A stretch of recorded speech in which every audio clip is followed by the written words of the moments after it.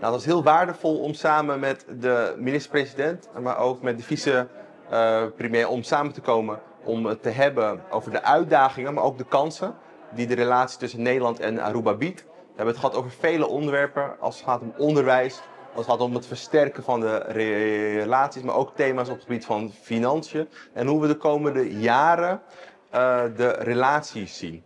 Wat ons betreft als Vaste Kamercommissie zijn we heel blij dat er een nieuw kabinet is dat ambitie toont.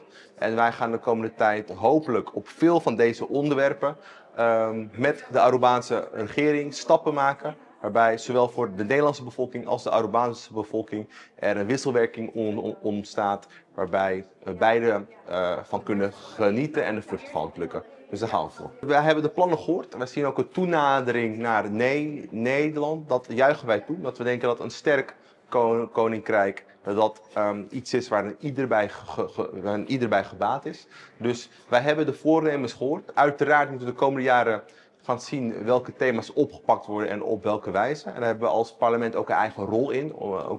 Ook een controlerende rol op sommige thema's. Maar wij zien een veelbelovende start en wensen hun ook veel succes.